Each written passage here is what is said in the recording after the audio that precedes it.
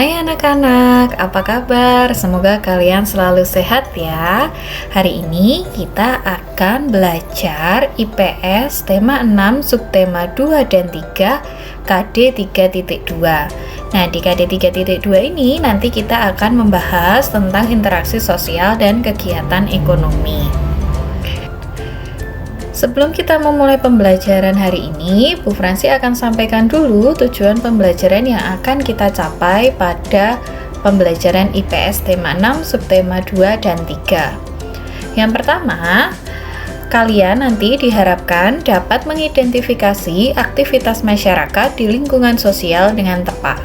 Kemudian, kalian juga diharapkan dapat menjelaskan peran individu atau kelompok dalam interaksi sosial di bidang pembangunan ekonomi dengan tepat, serta kalian dapat mengidentifikasi kegiatan ekonomi masyarakat di dataran rendah dan juga dataran tinggi dengan tepat. Baik. Untuk di tema 6, subtema 2 dan 3 KD 3.2 ini, nanti kita yang pertama akan belajar tentang aktivitas masyarakat di lingkungan sosial. Kemudian yang kedua, kita akan belajar tentang pembangunan ekonomi dan sosial budaya di Indonesia. Lalu yang ketiga, kita akan belajar tentang kegiatan ekonomi di dataran rendah dan dataran tinggi. Sebenarnya ini materi-materi sudah kita pelajari sebelumnya. Jadi untuk pembelajaran hari ini juga tidak akan terlalu banyak Bu Fransi sampaikan materinya. Kita hanya akan mengulas kembali materi-materi sebelumnya. Kita mulai untuk pembahasan yang pertama, yaitu aktivitas masyarakat di lingkungan sosial. Kalian pasti sudah tahu ya apa itu makhluk sosial. Nah, manusia ini merupakan makhluk sosial yang tidak dapat hidup sendiri. Jadi kita sebagai makhluk sosial selalu membutuhkan orang lain dalam kehidupan kita. Manusia ini atau kita harus menjalin interaksi dengan lingkungan sekitar, baik lingkungan alam maupun sosial, karena merupakan suatu hubungan timbal balik yang saling mempengaruhi. Jadi antara kita dengan sesama kita, ini kita harus saling menjalin interaksi yang baik ya. Nah, ini adalah contoh aktivitas masyarakat di lingkungan sosial yang akan kita bahas adalah subak. Apa sih itu subak? Mari kita lihat dulu video setelah ini sebelum kita bahas lebih lanjut mengenai subak. Kalian silahkan simak video ini baik-baik ya.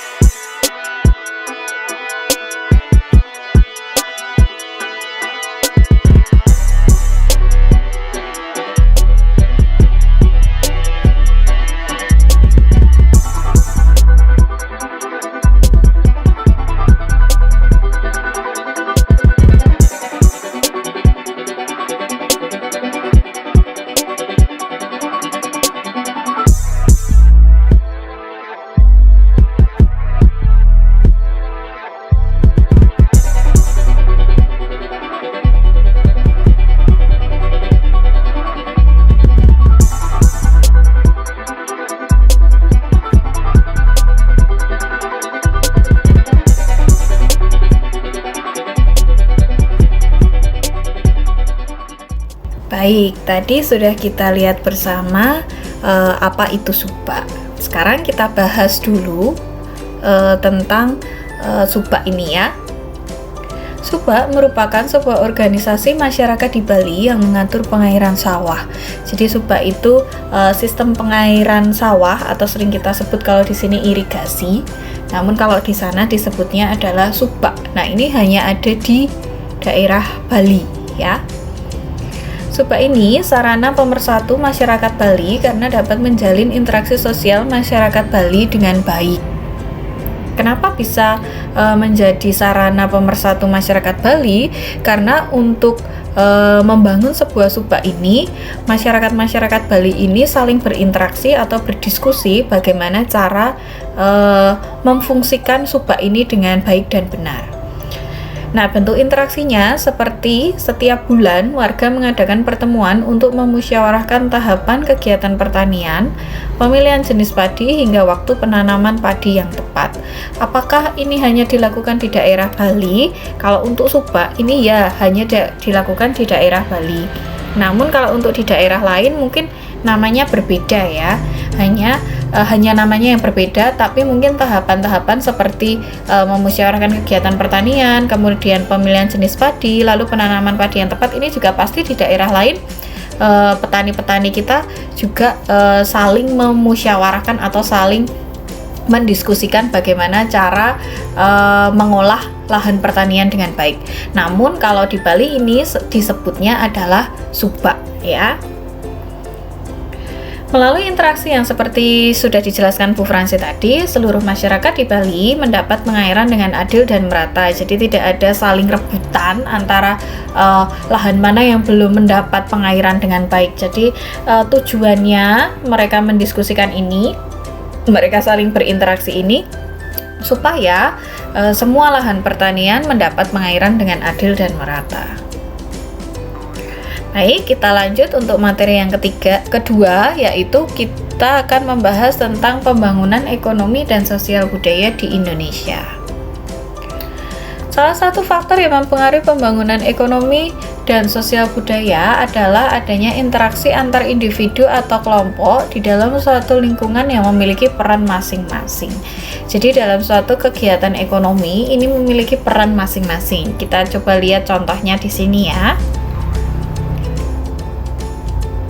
Baik, kita lihat contohnya di sini adalah contoh interaksinya merupakan kegiatan jual beli di pasar.